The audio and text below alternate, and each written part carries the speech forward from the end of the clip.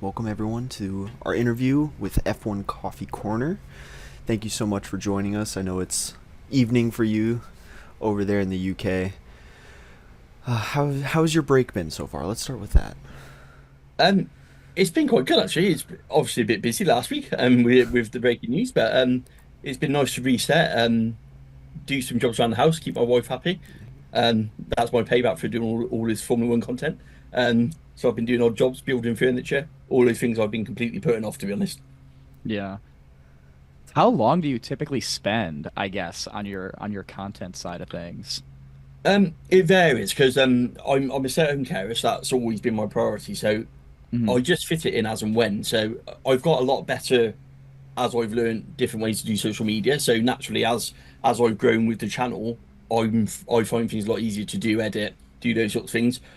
There are times when I'll just record something deliberately and then edit it later on, knowing that it's not a breaking news story as such, so it's just a bit of content I want to put out. So I'll just record it and park it while I've got 5 minutes, but do the editing later on. So it's just a case of balancing it all up, to be honest.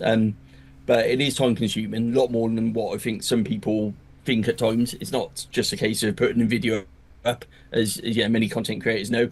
A lot of editing, a lot of research goes into it before it goes up as well. So it does take a chunk of time up. So it's nice to actually get a break as well at the moment, to be honest. I Yeah, imagine absolutely. I imagine for you especially because you're posting, so often that research and editing time, although it's a lot shorter compared to what we do with, once a week, but, hour plus, it's a balancing act, like you said, and doing the research for it is, time consuming, but with the rise of social media, everything kind of falls into your lap, so it works beautifully. Yeah, definitely. I mean, interestingly, I've been to a few races now, and I always find I'm more out of touch at a racetrack than what I am actually here in the shed on a race weekend, which is quite an interesting way of looking at it because people would assume experience wise is better, but actually for me, I find you're a bit disjointed at the track. You can't actually get the information that you normally get when you're at home and easily accessible. So it is easier. I've got people who I trust, people I go to, lots of places, favorite store where I can look for stuff so I know when it's coming or what it's coming. I've got the advantage now if I get some mail shots and stuff like that as well. So, sort of press releases as well. Things like that really help make it a lot smoother, a lot easier to be honest. So as the channel's grown, there are some bits in there which has enabled me to get content out quicker and a lot better and a lot more factual as well, which is always good. It's really nice. I was gonna say, what kind of drove you to start it in the first place? So I gave up work about 4 years ago to look after our disabled children. So we've got four disabled children. They've got care needs, which range through the night. Through the night, me and my wife take it in turns because it's silly both of us being up. So we literally one will stay up, one will catch some rest, and then we switch over. So you don't have that social interaction. So you find yourself just sat there. Sometimes you've obviously got to do that hands-on care. Sometimes you're literally just sat there, sort of comforting him. He has fits, things like that. So you just got to. So I found myself scrolling through social media. So I found myself kind of just wanting that interaction, which I lost from work, was losing because obviously my wife was getting rest. So I started looking at social media, and then we've got my stepdaughter who's in the age of sort of TikTok social media. Was like, why don't you just go on there, have a look, so have a look. Then I was like, after a while, I was like getting really annoyed that the information was just wrong. To be honest, I was like looking at it, it's like all rumors, all gossips. Like that's just so wrong. And I think when Yeah. you've read it so many times, you're like, that's not right. I read something else completely different before. So I decided that actually, in my wisdom, I'd give it a go setting it up. So I set up the Coffee Corner headlines as my first thing, which was just a quick, here's the latest headlines. If you're a Formula One fan, you can watch it. And then as the confidence grew, interaction with the community, I realised actually people wanted to hear more what I had to say as well. I've been a fan for over 30 years now. So it was like, actually, let's put some content out there and see how that's received. And to be honest, the community's been great. So it's just kind of snowballed from there, to be honest. Yeah, if you go back 30 years, do you remember like your first race and specifically what got you into it? Specifically, it's my dad. So, if you see my content, you'll see I do a lot of stuff with my dad. My wife's not a Formula One fan at all. She humours me when I talk about it. But my dad is a massive Formula One fan. So we used to watch it together Sunday afternoons in the UK, Sunday evenings, early Sunday mornings when it's like Australia. Murray Walker, sort of Ayrton Senna days, Nigel Mansell, all those days. We used to sit and watch it. So for me, that's always been it's been part of my life growing up. So it kind of feels good to do something which I've always loved watching, as well as now doing something which actually I can get some stuff back, and it's really cool to share it with him because some of the stuff we've done has just been amazing to make some memories with him, which is just awesome to do. You know, there's some people out there who don't get that chance, so it's really good to be able to do it. Yeah, I was gonna say like the thing that got me into Formula One as well is my father. Like he got super into it, and then he dragged me in like years ago when I was starting off high school, like the ninth grade. The same thing, just like getting up in the mornings, especially in the States, like making coffee, Yeah, breakfast, going down to the basement, watching the races. Yeah, I cherish those moments just like you do. I But got into it from this guy, so yeah. that's how it got worked for me. But it's not how you got there, but where you're there. Absolutely. I mean, it's obviously a big topic, isn't it, over how you got into it. For me, it makes absolutely no difference whether it's you DTS, whether it's you've been a lifelong fan, whether or not you're new. It's irrelevant. You know, everyone gets into it in a certain way. It doesn't matter how you got introduced to the sport. And it really annoys me that sort of gatekeeping that people do. That, you know, it's been great for the rise of Formula One, you know, programs like DTS, and we should appreciate that. And also the rise of social media allows connections like, you know, even doing this, which, you know, years ago when I was growing up, you wouldn't be able to do. So things like that have got to be acknowledged and actually embraced rather than sort of people kind of going, what's this all about? You know, you can discover something new every day. It doesn't, yeah, you don't have to wait or be a lifelong fan to sort of, you know, quantify that you're a real Formula One fan at all. Far from it. absolutely. Beautifully said. You kind of mentioned this earlier, but do you go to the news mainly, or do you kind of get some news from journalists and trackside media about your posts? Um, so a bit of both. So I tend to try and put things together. So I've got sort of ways of just, you know, remembering things, seeing where I've read something before. So you can see that chain of events and kind of piece it all together. And then sometimes it's more of a confirmation than anything else.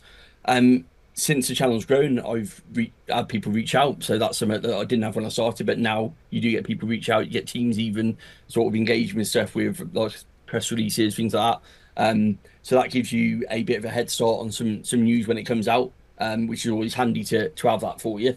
And yeah, obviously we've had some invites to some stuff, so it continues to grow. But you get a sort of basis of where news comes from. You get an idea of, you know, respected journalists, people who are normally good for stuff, um, places to stay clear of, that kind of thing. So when I do find a story, I tend to try and cross check it a few times with what I know and seen before I post it. So rather than just posting everything that I hear, because I'd be one on the social media all the time, and two, some of it is just complete and utter rubbish, which I've tried to steer clear of. I try to keep it factual where I can, so that actually people getting the news get actual news, not, you know, just what someone's written somewhere. Which there's too much of that nowadays for my liking, if I'm honest.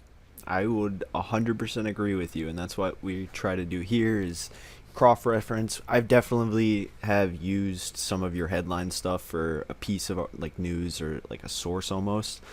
Yeah. So it's just amazing that I know like minds, I guess, for this mentality of talking about Trying the to put out sport. the best stuff possible Yeah, as that well. too. Yeah, and that was the whole point of it, was to share it, because, you know, it shouldn't. There's no need to keep it to yourself. For fun bit of news. What's the point of keeping it? I might as well share it with the community. It's not something that needs to be behind doors or anything like that. Actually, if there is a piece of news coming out, it's right to share it and right to get it out there. And Hmm. yeah, I kind of say to people, try and judge me on my track record and stuff. So actually, yes, I will get some stuff wrong. Don't, we all do. Um, ultimately, I'm still the guy at home, drinks coffee, sits in a shed. So there will be things that I don't get 100%. But when I do it, it's based on, pretty much the best I can. I'm pretty damn certain of some stuff when I do it. So there's always going to be the odd thing. But yeah, and the majority, I like to say, is pretty spot on. So. Yeah, I know a lot of what you do, of course, is reporting and stuff. But do you still have like your specific team and driver that you like to follow? Do you know what? It's changed over the years because, I'm a Lewis fan, but I've got the Hmm. utmost respect for like Max and what he's doing for the sport as well. I've kind of grown up generational, so for me, I've got an all-time great of Ayrton, always have done. Watching him, racing in sort of places like Monaco, changing gears and driving those cars like he used to, for me is always going to be my hero. But kind of as the years have gone on, Williams growing up. Williams is my dad's a big Williams fan, so as we grew up, it was all about sort of Damon Hill, Nigel Mansell, all that sort of era. So very successful team at the time. Mercedes has tended to be where I am now, but I'm definitely a fan of the sport. So if something happened and those partnerships went away, it wouldn't stop me watching it. And I think I just align myself with something else. So I think I'm going to appreciate the sport as a whole more now, rather than looking for individual results. But I still hold the torch for what the driver's done. Schumacher, Senna. You've got lots of what Lewis has done, what Max is currently doing. I think that with the greats, they're kind of generational. So I feel we're definitely in the Max era now of Formula One. So I've seen enough of it over the years to kind of see it changing as time goes. Yeah, I was gonna say, like, for us, I think like the reporting side and just the talking on like a podcast and that kind of stuff has definitely made me like the sport even more than I already have. I guess for you, did you see this like 10, 15 years ago when you were watching the sport? I Oh, guess for yourself. no, no, not at all. Like I said, always just been a fan. Then where it's normally had kids. So for me, it's kind of, even though I said earlier I share these moments with that, there's very much some pinch me moments over the stuff we get to do, and it's like, how's this happening sometimes from just doing social media on Formula One. It's still a bit surreal to do it, and it's certainly something that years ago I never would have thought. Even a couple of years ago, I wouldn't have even seen it, to be honest. So it's it's definitely something which has taken me by surprise and still does. You know, Yeah, absolutely. It's just another great way of doing it. I yeah. love it. But I know Raven and I had a few questions just about your opinions on, stuff that's happening in the driver market and, different changes that are happening throughout the teams. Do you have your own personal opinion on how you see the rest of the driver market shaping up? Like, I know I have mine, but I think now that sort of Carlos has made his move, I think it's going to settle into quite a sort of familiar routine. So I think mm, Mercedes are definitely trying to court Max. I do feel there's someone in Max's camp who is open to a move to Mercedes. Whether or not that's Max himself, I still don't know. But there's definitely someone in Max's camp who's giving Mercedes that sort of, come and get me vibes. I think it could be 'Cause- his dad, personally. yeah, I think that's the more logical answer than Max right away. absolutely, absolutely. But he's definitely given those, come and get me vibes. And so I think that that's Toto's sort of end game. But I still don't see it happening next year because I think with yeah. with the cars, he will stay with Red Bull still. So I think they will promote Kimi. I think that's a foregone conclusion. Kimi's kind of a when not if. There's a lot of talk that it might be Monza. I think once the door closes on Max, then they'll make that Kimi announcement sort of official. They're doing a lot of content with him at the moment, a lot of pictures of him and Bono. It kind of feels Hmm. like it's that soft launch, which I said for a while is going on. So I'm expecting that one. Alpine, we're kind of expecting Jack Doohan looking likely, to be honest, there from what we're hearing. Sauber is probably the one up in the air. We know that Mick Schumacher's putting some good times while testing for Alpine, and I know he's a consideration. Yeah. Um, but they might just go for a short deal and keep someone like Valtteri there, to be honest. And Um, I know there's been a bit of talk about Gabriel Bortoleto as well, yeah, which kind of yeah, surprised me. Like, I know he's last year's Formula 3 champion and he's definitely doing really well in Formula 2 right now, but that one kind of caught me out when I heard it a few days ago. yeah. I think there's enough. I think the problem is for these drivers coming out, there's enough drivers being displaced at the moment in terms of who would probably do a more sort of solid job you can rely on. So I think that's the rookie's problem. And I think for Yeah. me the bigger issue the rookie's got is like Liam Lawson's currently finding at the moment is being aligned to a driver academy that kind of shuts your doors on a lot of options because you're aligned with a certain team. And if you don't get the place with that team, you're kind of out of luck then, aren't you? So yeah, Liam's obviously a victim of that. I do think Checo has probably got a stay of execution. I think that sort of statement we saw last week is more of a I'd certainly heard he was gone, and that was from more than one person that had gone. So I think that turnaround is to do with sponsorship money, ending contracts early. I think it's got an end of season clause in it, if I'm honest. So I'm more like they're going to take stock at the end of the season and then make a decision. I would imagine they've had to offer Liam a seat for next year, which obviously puts Daniel up in there. But then it's going to be, I think, a case then of where they put Liam and then also what happens with Daniel and Checo. So that also fits with them not confirming Daniel at the moment as well from that for a seat next season that they're playing Yeah. that long game. Whereas they might have promised Liam something behind the scenes to keep him happy and stop him going elsewhere. So that's where I'm kind of expecting that one to play out. I think that Checo's kind of on a. We know he tends to do better out of Europe, and I think that's what they're banking on. But Yeah. it's risky. I mean, McLaren are close to them in the constructors, so it's a risky game to play. That's for sure. Yeah, I wanted to bring that up. Like it has me so nervous with, McLaren's turnaround over honestly like the past year and a half. Um, I was so shocked after Belgium, just with Max having a 10 place grid penalty and then finishing so far ahead of Checo after he started on the front row. Like it has me very nervous that there's still so much time left in the season for McLaren to kind of jump in and snatch the Constructors' Championship if Sergio is still there and still performing at this level. Yeah, I mean, absolutely. I mean, I think that Red Bull have been quite lucky that Mercedes have upped their game because if McLaren has taken the points that Mercedes have taken recently, then that Constructors' Championship would be looking even tighter than what it is. You think Yeah. the Mercedes wins we've been seeing that actually if they'd gone McLaren's way, and they're obviously the Austrians and there with Lando and Max, but if you think the past couple of races, if they'd gone McLaren's way, that would have closed that championship even closer than what it is. What 70 odd points I think it was last time, might even Yep. be closer than that now. After Belgium, so yeah, it is risky, but. Of course. I suppose the problem is now is what's the difference? I mean, difference in prize money is only about £10 million. So actually, is sponsorship worth more than what prize money is? And I think that's probably a big debate in the sport at the moment. It goes back to drivers and deals and paid drivers as such, isn't it? So Yeah. if you make more in sponsorship than 10 million and your difference between your first and second is only $10 million, and then also you get added wind tunnel time to develop your car because you finish second, actually, it certainly doesn't actually look a bad deal Yeah. as a caveat, does it? You're not going to lose financially, and you're going to get more wind tunnel time. Okay, you haven't got the advantage of being constructor champions. The team's probably going to be annoyed if they miss out on a bonus, but from a business point of view, actually, you're not going to massively lose out, which is probably part of the decision making. I'd say with Sergio.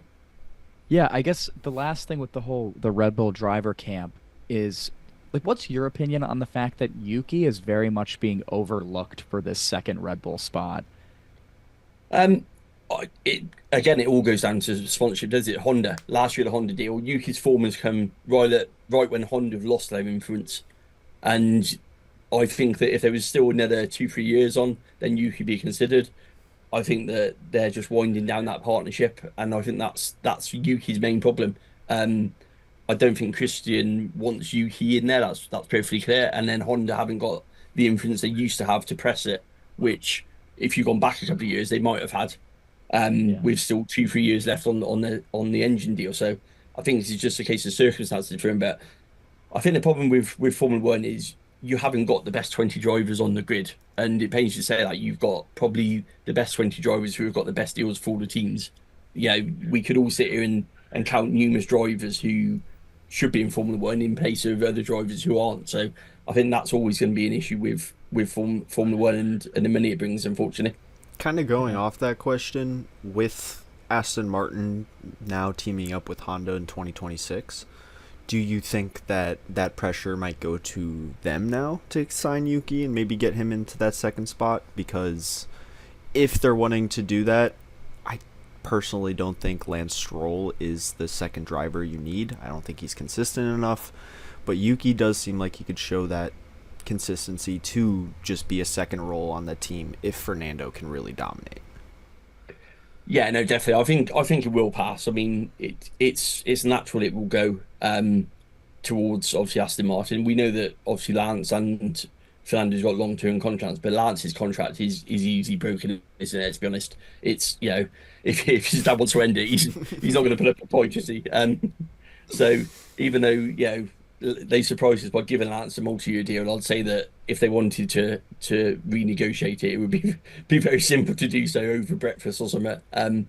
So I do think that we will see a bit of that. It would make sense to. I mean, Honda have been massive supporters of Yuki throughout his career, so everyone's kind of acknowledged that part of the Red Bull deal was having Yuki there as well. But I must admit he's been there on merit now as well. So there's definitely been a performance gain from him in terms of his own personal performance to warrant being there. So he might have started off as being placed in by Honda, but actually he's probably earned a spot there for sure at the moment. So Absolutely. hopefully that carry on, but it remains to be seen. But I would imagine they would do that. I can't imagine Honda giving Aston Martin this exclusive works deal and not wanting a driver of some sort in return somewhere. It would be very strange and not. If you go back to Eddie Jordan days, this is how Honda always worked when they brought Mm. Sato in and made him get rid of Frentzen. So it's not new for Honda to work with this sort of contract at all. I kind of love it though, because it kind of forces some unknown talents in there. Yeah. Do you But think? Do oh, you, sorry. do you think the hump on the nose wing of the Mercedes car is a similar system to like a double diffuser or KERS that has allowed the Mercedes comeback within the first 6 races compared to now? Do you know what? I don't know because I watch upgrades. I do like a tech thing every week, and it's certainly not nothing that's been announced tech wise, which normally it would be. Um, what I would say is this just a case of James Allison getting to grips with the regulations? Obviously, it's the first sort of car that's him. We know that he went off to do the Ineos boat project. There was a lot of talk about the beginning of the season. Actually, this is just actually Mercedes. They've been introducing this very sort of subtle updates all season, to be honest, where it's been very small, very sort of get it on the track, make sure it works, and then bring the next one. So whereas in the past they've done updates which may not have worked and it's set them back, they seem to be going on this careful approach of bring it to the track, make sure it's correlating with the wind tunnel, and then bring the next part of it. So it might just be a case of we're in year three of the regulations, and you know what? Actually, the teams have got a lot better, and that's why we're seeing close enough. Because people talk about the Red Bull drop off, but is it Red Bull drop off, or is it actually performance gains from everybody else? Because they've now got to grips with regulations. They've understood porpoising. They've understood ground effects. Yes, Red Bull had that massive advantage from Adrian when we started, but Mm. these are some very clever individuals in these teams, and once they unlock something, which they probably all have by now, suddenly you see this closeness, creeping back in, which has always happened in Formula One, to be honest. I love it. I mean, like even with the cooling ducts on the wheels of the McLaren that we were talking about earlier this year, like I feel like everybody's finding these little loopholes and exploits, and I'd love to see it. Yeah, I suppose the biggest challenge nowadays is with the cost cap because before I think the gap would have been a lot closer, a lot quicker without the cost cap, and I think we would have seen closer racing a lot earlier if we hadn't had the cost cap. Now, I understand why we have the cost cap. It's great for the sport in terms of protecting the small team, but it does stifle innovation. It does stifle development because teams can't go off and do what they used to do with various different traits, various different tracks. They have to pretty much settle on one route and go down that route. And then if it's wrong, they have to pedal it back. And then that takes time and money to get back out of it before they would go again. In the past, the bigger teams especially would have just tripped Manila and gone, right, we've gone wrong. Let's fix it. Let's do 24 hours for however many weeks and just get it right. So I do think that's a byproduct of it, but then it does protect the teams, especially small teams. So it's good on that point of view. Absolutely. On to you, Raven. Uh, which one do we want to go with? Let's. Genuinely, it's I wanted to talk about since I did bring up McLaren really quick. Do you see a time in the near future, I guess, where there becomes this massive battle for control between Lando and Oscar as the number one driver? Because I see a lot of talk now about people thinking that Oscar has a way higher skill ceiling than Lando does, just with how long Lando's been in the sport and how quick Oscar has come to grips with everything. Absolutely. I actually said before last season started that Oscar's a born winner at every single level. Not to say Lando isn't, but there's no way Oscar has gone to McLaren to be a number two driver. And Yeah. make no mistakes about that. They're on even field, which is great for McLaren in terms of constructors. But as we saw in Hungary, that will come. There will come a point when someone's got to prioritize something, and it's where that relationship goes. We've seen it over the years.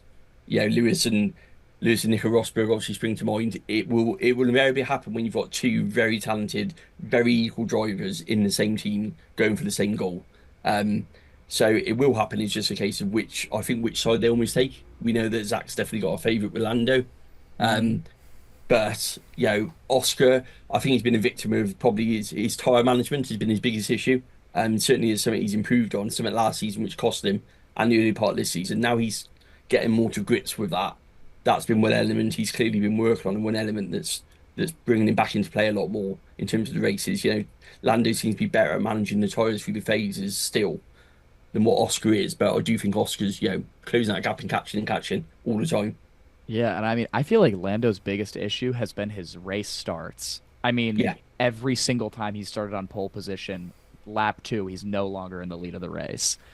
Like I feel like Yeah, it's I know McLaren are looking at it because I know that Mercedes did something very similar to Lewis. If you see how Lewis starts a race, it's a really unorthodox way of doing it. He kind of puts his hand over Mhm. and the button layout. That was because he was doing something with the clutch by mistake. It was literally just a pure steering wheel layout issue that was causing him problems. So they obviously sat down with him, designed it, and rearranged it. So I know that McLaren have certainly said in the summer they're going to sit down with Lando and see if it's either something he can improve on or whether it's something they can help with in terms of button layout, steering wheel layout, whether or not there's just something that's just not quite right. Because, like you say, he's just not launching as good as what Oscar and the others are off the line. So there's clearly something stopping that.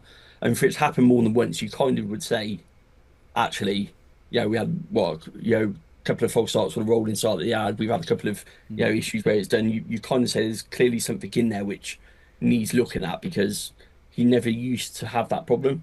It seems to be quite a this season thing. Yeah. How do you I guess think? Oh, no, after you, Raven. how do you think George would feel about being the second driver to Kimi Antonelli? Because it kind of seems from just how the media has been portraying the seat situation there that George is going to be in the second seat no matter what driver goes there. I think Mercedes will pair it as an equal pairing to the public, whether or not the long term future is clearly Kimi. And we know that if he got Max, it would be Max and Kimi would be Toto's partnership, most likely. So it would probably be George making way. George next season is crucial. George is one of the top drivers who's got an end date of 2025 on his contract, which a lot of people have missed in the driver shake-up.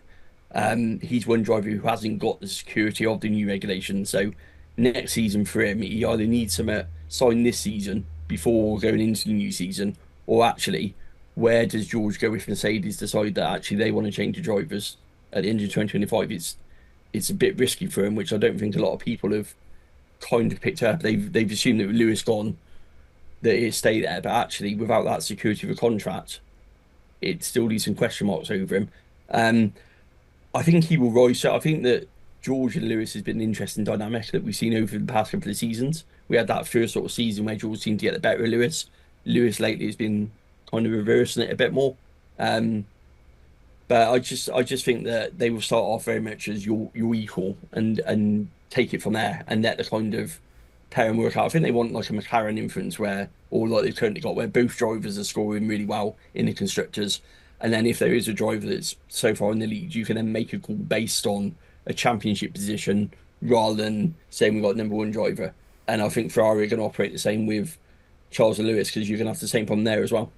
Oh, the Charles and Lewis thing, I'm so nervous about. I think I'm very, I honestly, just for his sake and his legacy, and I'm a massive Charles Leclerc fan, I want Lewis to go in and beat Charles, just to like once again stamp his authority on why he is arguably the greatest of all time. And I would love to see Lewis win a championship with Ferrari, especially if Ferrari can nail the new regulations. But that partnership looks just absolutely lethal, like borderline the best one on the grid. Yeah, it's going to go one in two ways. If Charles, manages to learn from Lewis, and actually Lewis brings that calming influence and that sort of big brother mentality in helping him, then actually that could be great for Ferrari as well. Which I don't think a lot of people seeing it as a rivalry. It could go the opposite way. We've seen Valtteri talk very highly about how Lewis has helped him in the past. Actually, it could just be what Charles needs to kind of fill in some of the missing links. Maybe the way Lewis prepares for races, how he copes with stuff. If Charles can pick up some of that stuff that Lewis clearly does and has done over the years, that might actually help him, perform. And he's got a bit between his teeth as well, isn't he? People are underestimating Charles a bit when actually he's going to want to prove that he's as good as, if not better than Lewis. So again, it's like you say, it's a partnership that's on the grid is just amazingly mind-blowingly talented, along with what Mercedes is going to be, along with McLaren. It's just mind-blowing that you've got these teams with these two amazing drivers who have no sort of number one status going Yeah, all out potentially. absolutely. And then I want to hop onto Alpine really quickly because I know this has been a major talking point as of recent. Because they're talking about, you know, discontinuing their Formula One engine program and potentially picking up Mercedes engines. I guess like do we really see a future where that's happening? Yeah, I think we'd be hearing about it after summer break. It's pretty much from what I'm hearing is I mean it's mind blowing to think that Renault are gonna pull the plug on it. It feels like they're setting themselves up for a sale, if I'm honest. If you were selling the Formula One team, the first thing you would do is lose your engine department because a team trying to buy you wouldn't want to buy an engine department. They would bring their own in. So it kind of feels that with the return of Flavio and what they're doing, that they might just be lining themselves up for a sale down the line.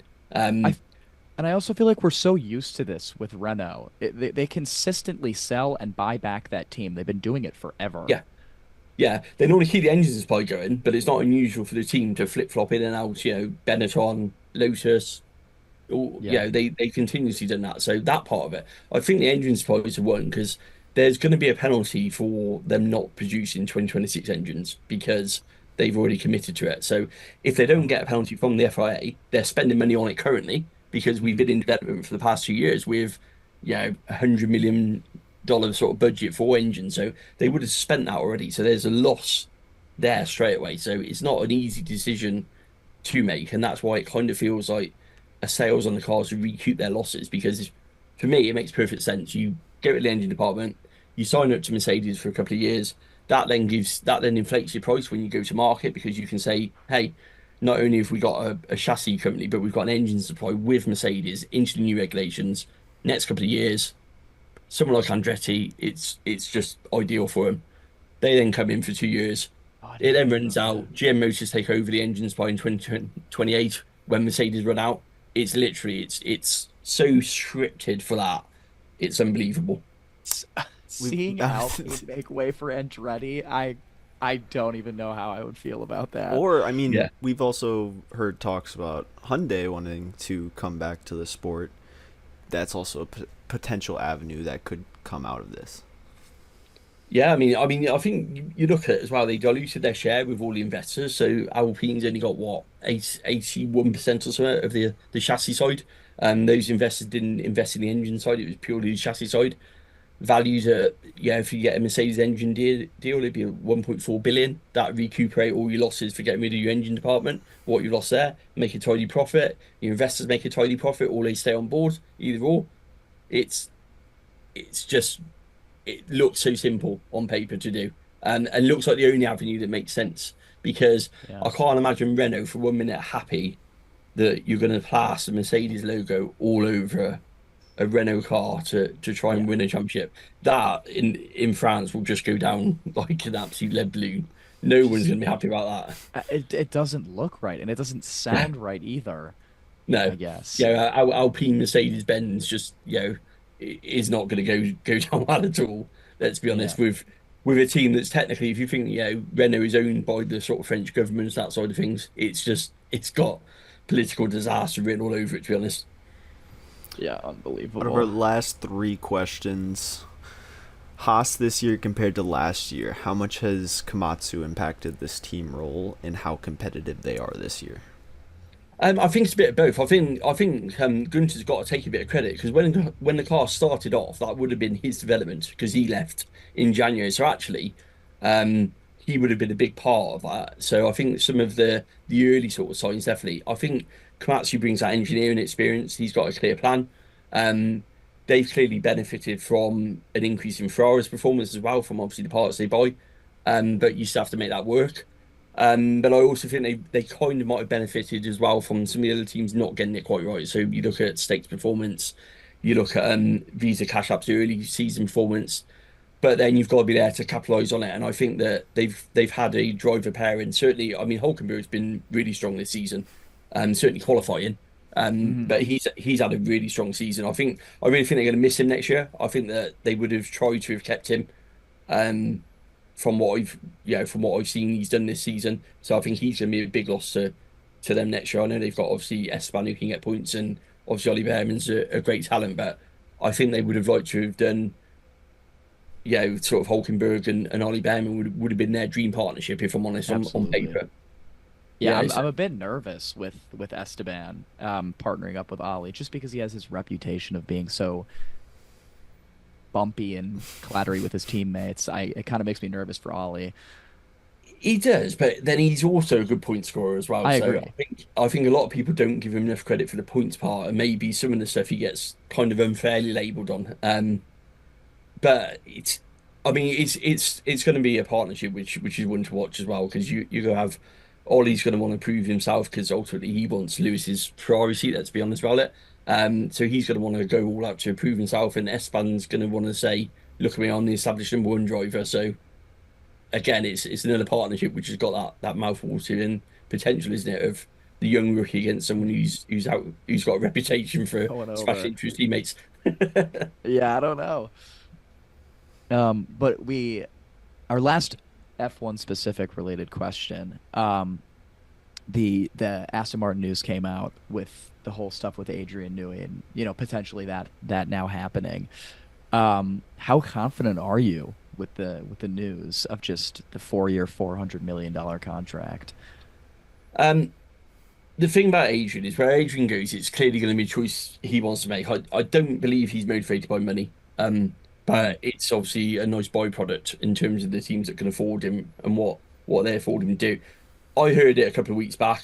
I put it on my podcast. I'd heard it from someone who works in F1, that they'd heard it was, he'd gone to, from someone who works for a team, that he'd gone to Aston Martin, and it's just a case of waiting for the announcement. And they seem pretty certain that it was a deal that's going to be done. I mean, money is no object to Lawrence. I suppose for me, it goes back to that driving Yeah. partnership we talked of. I Mhm. mean, on paper, if you've got Adrian Newey, you've also got Dan Fallows, who's already there, who's worked well with Adrian in the past. They've just signed Andy Cowell, who was obviously the brains behind the Mercedes powertrain hybrid area, certainly the early dominance. You've Mhm. got Honda, who've got a works engine working with Andy Cowell, because they're only supplying one team. You've got Honda, who've worked with Adrian for the last few years at Red Bull. You've got potentially a car that can be designed around an engine, because you're only supplying one team, and you've got a £200 million state-of-the-art battery. So when you add all of those things into the mix, and obviously an eye-watering contract to see you off into retirement by the end of it, Yeah. you can kind of see why it's suddenly appealing to him from I that was point gonna of view. say, when you format it like that, it actually makes a lot of sense. Mm. Like I did not think about that. And that's why when you sometimes stop and look at the whole bigger picture and go, actually, all these markers go in, especially like the Honda deal, work with obviously Aston Martin on the Valkyrie project. The people you work with have already gone across, so he knows them. With Dan Fallows, it makes sense for him to go there. I personally wanted to see him go somewhere like Williams. I would like to see him make an Yeah. impact from somewhere at the back of the grid. Actually just see firsthand what Adrian knew he can do with a car all that wind tunnel time, new regulations again. I That get would Yeah. have been my sort of dream, I suppose. I guess this also kind of goes into it with Ferrari naming Enrico Cardile their technical director, which kind of shuts down the Ferrari avenue for that. So it then does make sense that it's going to be a Williams or any other English team, but it Yeah, does look like it sadly is going to be Aston Martin. I really wanted him to go back to Williams, man. yeah. It kind of felt like unfinished business with obviously what happened with Senna and stuff. It kind of, for me, it would have been. I think it would have been a better end to his Formula One career, to kind of go back there and lay some ghost to rest and actually bring them back up to the front. And it's still might happen. I mean, I would say that Adrian news isn't confirmed, so we might all be jumping the gun on it. True. It's still technically a rumor, so I would say it's certainly gathered more legs today than probably what it has done. Yeah, I was kind of a bit shocked to wake up and read that one today. I was like, oh, actually, Yeah. I did that one a couple of weeks ago. Nerve-wracking stuff. Last question for you. Outside of F1, are there any other series or discretions of motorsport that you really care about? I've got into Formula E mainly for some chances. I Really? know, I know there's a lot of fans who sort of don't appreciate the sort of noise and the way Formula E goes. But I've done a couple of media events for them, so I've kind of fallen into it that way. I love touring car, so something that me and my dad do. Got a friend who drives for touring car as well, so I do like to catch up with touring car. My dad's a big MotoGP fan as well, so I don't tend to watch him or do as much sort of work on him as such. It tends to be more of a passing hobby. But Yeah. it's nice to go and sort of experience some other sport. We're quite lucky. We're only sort of hour and a half away from Silverstone here, so we can get there quite easily. So we get to do some cool stuff there. So we get to watch some other racing there, which kind of broadens the horizon a bit. So It's Yeah. always nice to go there and do that. Tiny little follow-up.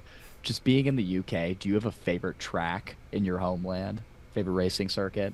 That's got to be Silverstone. It's got to be. Okay. The place I is just respect magical. that. Yeah, it's just like we've done some amazing things there. Yeah, we've toured the paddock, we've been to some events there, and for me, it's it just holds so many memories. I'll never forget seeing my dad watch Formula One cars last year at Silverstone for the first time. I've got a picture on my wall of him just stood at the fence watching them because he's been a lifelong fan, never been able to get there to watch them live. Yeah. And then they rolled out for sort of free practice, and he's just like at the fence, just transfixed on him. Like a kid again, literally like a kid Literally, again. literally like a kid, just literally stood there going, "Wow!" So, and he still gets excited. Yeah, we go to the racetracks, and he's still got that buzz. And Of seeing him in the course. paddock and chatting to, he was chatting to Zach Brown for like 20 minutes when we were in Barcelona, and he come away sort of going, "Oh my God, I've met Zach Brown," and we met Adrian Louis at the RB20 launch, and for me dad to took things like that off his bucket list is just like amazing. He's like, I've just had a conversation with Adrian, Yeah, that's unreal. That's dream worthy. Well, we'll give you a Absolutely. second to just kind of plug all the work you do. You can plug your Instagram, your podcast, all that stuff. So if anyone wants to find me, I'm F1 Coffee Corner. It's the same across all of the social media channels, nice and easy. And I'm now on all of them now, so you don't need to sort of do a preference on that point of view. I've got my own podcast, which is F1 Coffee Corner Full Beans, which tends to come out around on a race week. So I'm not as regular on that one as I like to be. And then I do some work for FanAmp, where they're a Formula One app, so I do writing for them. And I've got a base over there, but I also do a fancy Formula podcast with them before a qualifying on a race weekend. So we get together where I bring the tech side of actually how to make your fancy Formula picks, which is quite cool to do. We've had some really cool guests on that podcast as well. So it's been quite good to branch out and do some other things and work with some other creators and so, do some things like writing, which I wouldn't normally do. So been pretty cool. Yeah, well, thank you so much for coming here with us. Oliver and I, this is our second interview. This guy.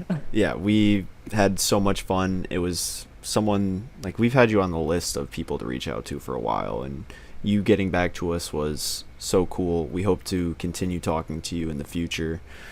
But yeah, thank you so much for coming on. Thanks for having me. Absolutely, just reach out. Always happy to chat F1. It's always cool to do so. love And it. I don't. For me, it's about just getting people on and just talking to people. I understand exactly what it's like. When you might be starting out and doing some stuff as well. So I think it's really cool to keep supporting other creators because ultimately we're all in the same boat. So it's nice to I seriously nice to chat and appreciate come on that. and do it. So Yeah, hopefully one day we will get to go to the UK and maybe shake hands. We'll see. absolutely. Are you going to any races this year or? So we were Canada was on our I was gonna short say we were list trying to this go year. to Canada, then we tried to go to either Hungary or Spa, but both of those didn't work out. So now we are kind of in stuck waters with the rest of the schedule. We've contemplated maybe trying to go see Coda, but those tickets are so expensive. Yeah, my Uh, father was there 2 years ago for the not 2 years ago, 3 years ago now for the 2021 race, which was an absolute banger of a race. But just knowing how much he put down to go there was unbelievable. Yeah, we're actually doing Vegas this year, which is going to be immense. Oh, So we've decided to tick it off our bucket list. So we booked some flights in the sale and found a really cheap hotel. So we haven't got any tickets yet. We're going to just wing our way there. But when we looked at Kota, actually the price difference surprised us. As in, we were expecting Vegas to be massively more expensive, and it's not actually turned out that bad at all. Obviously, still got tickets to add on to it, which is going to be the biggest cost. But at the moment, they're still holding value and still some good tickets. So fingers Yeah. crossed that it continues to do so. But Dad's always wanted to do a race in America, and he was like, "Should we just go do Vegas?" I was gonna say, just get the glitz and I was glamour. gonna say that's probably the best Absolutely. one to go to.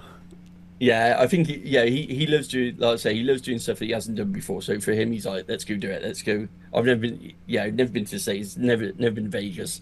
Let's do both. So we're gonna give that one a whirl and see where it gets us. That's gonna be so nice. We'll have fun. We will stay in touch, obviously, and I'll let you Absolutely. know when the video and the interview comes out. Cool. Awesome. No worries at all. Well, thank you everyone for listening. We will come back with some more content over the break for you guys. Catch you next time on the gravel.